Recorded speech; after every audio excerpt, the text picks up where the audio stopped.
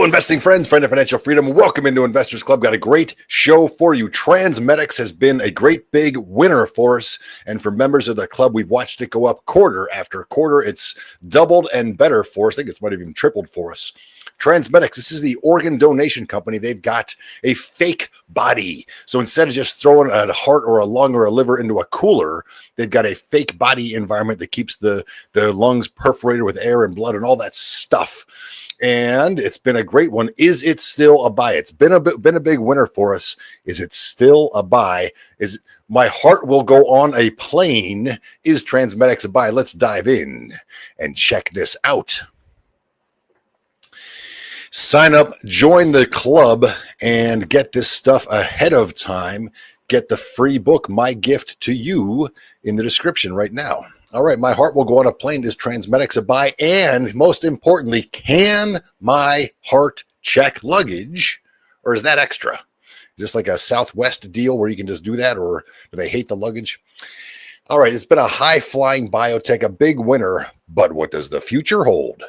TransMedics is the name. Advanced transplant organ delivery is the game. And as you can see, they got a lung, a heart, and a liver, or maybe flip the first and the third. Kidneys are on the way. The game is going well for the good guys. Revenues have been climbing in a mostly stair-steppy fashion. The last gaudy quarter assuaging fears of late 2023 and sending the stock skyward. So in late 2023, this stock had a hiccup, and now they've recovered and more. And that hiccup, we'll talk about that hiccup. That's all good and well. Are the good times set to last? And how does everything look under the hood? So it's been really good, but how's it look going forward? Well, in that first quarter, that gaudy first quarter that assuaged fears, they raised not only they have a great quarter, they also raised sales guidance to 565 to 585 million, up from 530 to 552. So I guess that's good, right? Well, let's do some quick back of the napkin.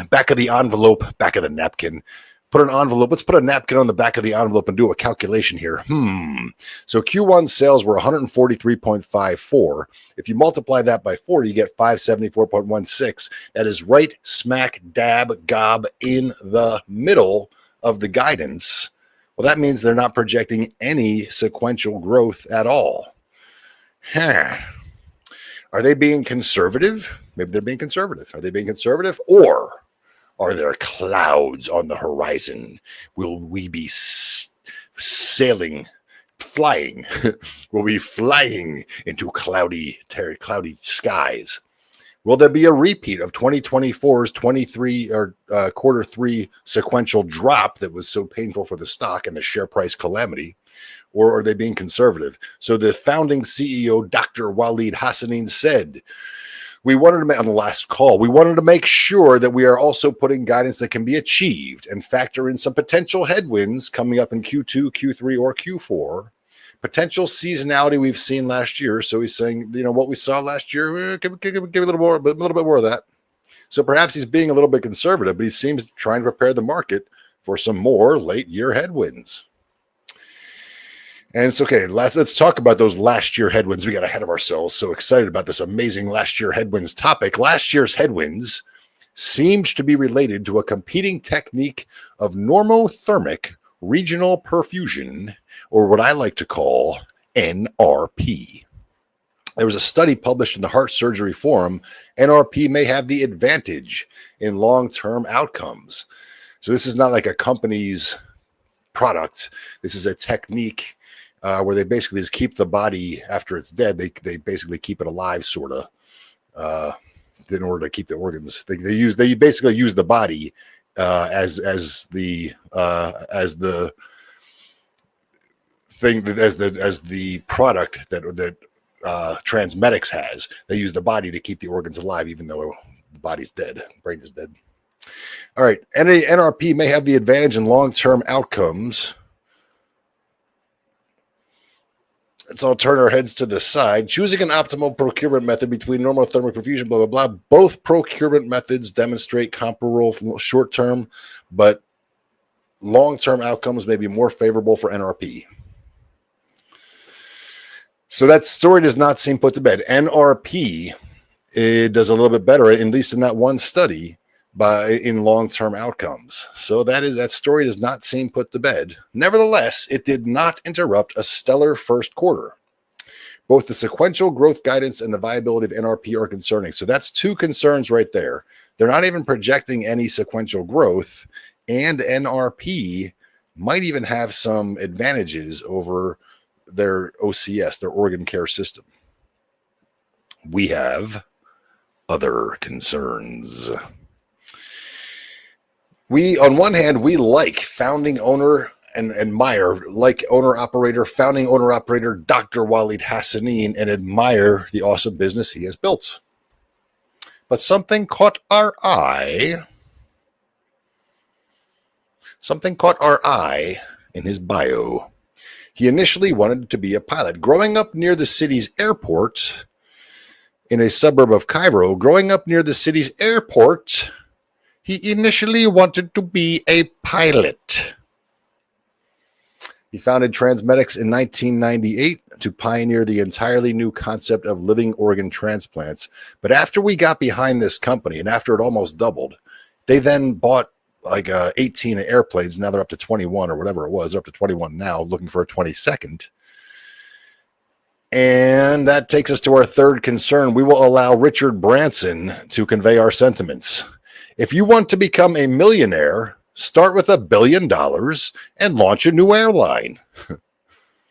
And so we note that while the company has been reporting GAAP profitability, free cash flows and owner's earnings, which is like another measure of free cash flows, have not gotten much better. They've barely gotten better. The latest free cash flows, they lost 75 cents. I mean, that's worse than any quarter December 22nd or prior. Now you can say there's lumpiness, and there is, but owner's earnings is basically is sort of the same thing. So, and that's while free cash flows and owner's earnings are being bolstered. So they're paying people partially with stock, so stock-based compensation. So that makes free cash flows and owner's earnings look better, and they still don't look very good. And so, I mean, they're negative, and so cash is depleting for this company that makes more money. So cash, just like a developmental biotech, cash on the balance sheet is depleting. Well, how could that be for a profitable company? If they're making money, how do they have less cash over time? That is because they have more aeroplanes over time, 21 currently, looking to add another. So we saw Richard Branson poo-poo the airline industry. Let's have Charlie Munger take a shot. Now, he's talking about the construction equipment industry. And the point is, these guys are quote unquote profitable, but they're gaining airplanes, not money. And so that's what Charlie said about the construction equipment business. You work hard all year, and there's your profit sitting in the yard. We avoid businesses like that. So, and not only that, planes require a lot of money to maintain. It's not just purchase, but also to maintain in addition to purchase. And so let's rub it in a little bit more. We saw Richard Branson trash it. We saw Charlie Munger trash it. Let's have Charlie's buddy Warren trash it.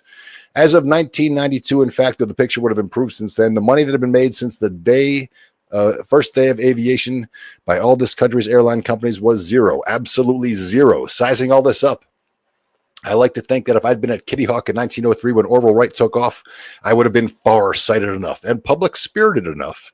I owed this to future capitalists to shoot him down. I mean, Karl Marx couldn't have done as much damage to capitalists as Orville did. He also said the worst sort of business is one that grows rapidly, requires significant capital to engender that growth, and then earns little or no money. Think airlines. Here, a durable competitive advantage has proven elusive since the Wright brothers.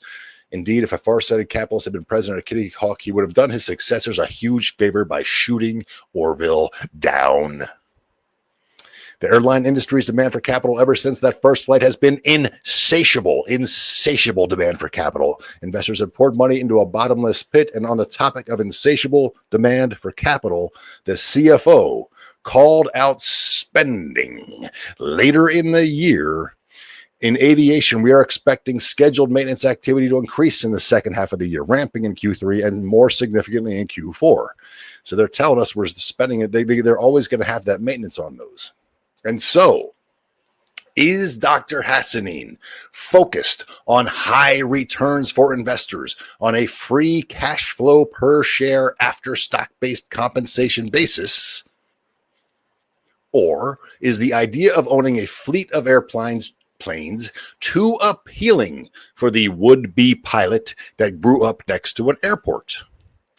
Now, this is not your usual stock analysis, and I may not have flagged it as noteworthy, but there is one more reason that buying an expensive and capital-intensive fleet of airplanes may have been a misguided strategy. Drones. Drones. I mean, just sort of a first principles thing. Do you need to send something the size of a couple of station wagons to deliver the size of something of a human organ with more than one person aboard? You don't need any people aboard. So drones, vertical takeoff and landing drones can take off and land like helicopters. So they don't need an airport. You don't need to wait for clearance, and then transition to winged aircraft for long range flight. Interesting. This looks like a huge risk to us. Now, of course, the company could spearhead this and make it an opportunity. They could spearhead ambitious partnerships to be at the forefront, capitalizing on a huge opportunity. But if the airplane enthusiast sticks to his guns while drones become mainstream, that could leave the company in the lurch with outdated technology and a money pit in the hangar. Short-range deliveries are already being done. Now, this is in the same city.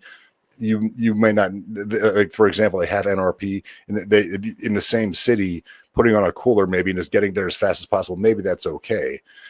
But as you get to longer times outside the body, hopefully we're still streaming. As you get to longer times outside the body, you start to need their technology more and more, so you don't get ischemia, lack of oxygen. That perfusion becomes more and more important. So it's really the longer range deliveries that are the more important ones.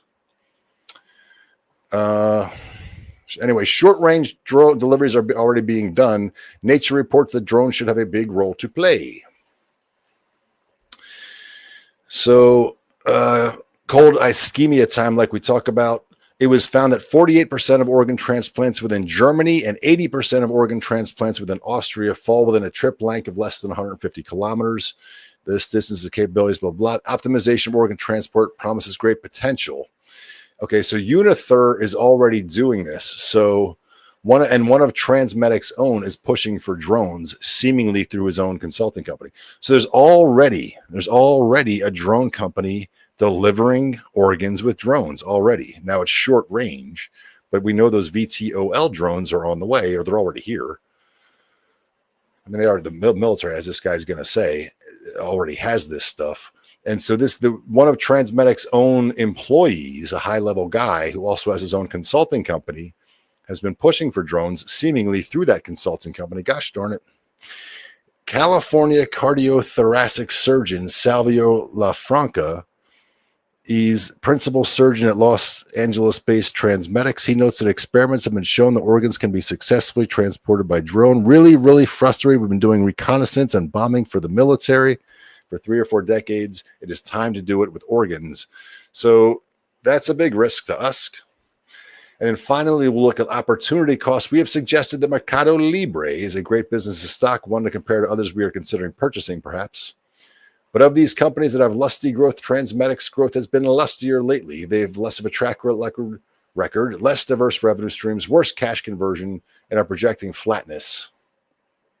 And so we're going to compare. We've been saying that opportunity cost is a great old-fashioned way to do stuff. Just find a great, wonderful business, a stock that you love, like Melli, perhaps. And then when you decide, is Mercado Libre a buy, just compare it to Melli. So we'll compare price to sales ratios here. Now, again, TransMedics has had lustier growth, but now they're projecting no sequential growth, less diverse revenue streams, less of a track record, worse cash conversion. We saw that free cash flow.